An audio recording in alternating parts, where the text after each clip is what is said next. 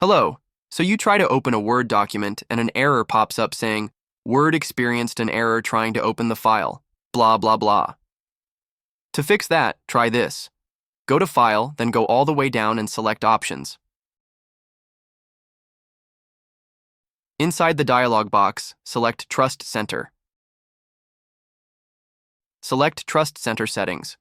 Inside the Trust Center settings, open Protected View.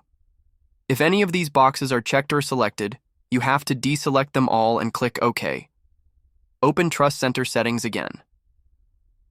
Now go to Trusted Locations and open it. We have to modify these. Select all of them one at a time. You can double-click each one to open the Modify dialog box, or you can select one and go down to the Modify button. To be fast, I'm just going to double-click each one at a time. Make sure you select the box that says Subfolders of this location are also trusted. Then click OK. Do this to the rest of the file path locations. If you don't have any path or location, you can add new location by selecting the Add New Location button. Browse and select your C drive. Don't forget to check the box that says Subfolders of this location are also trusted.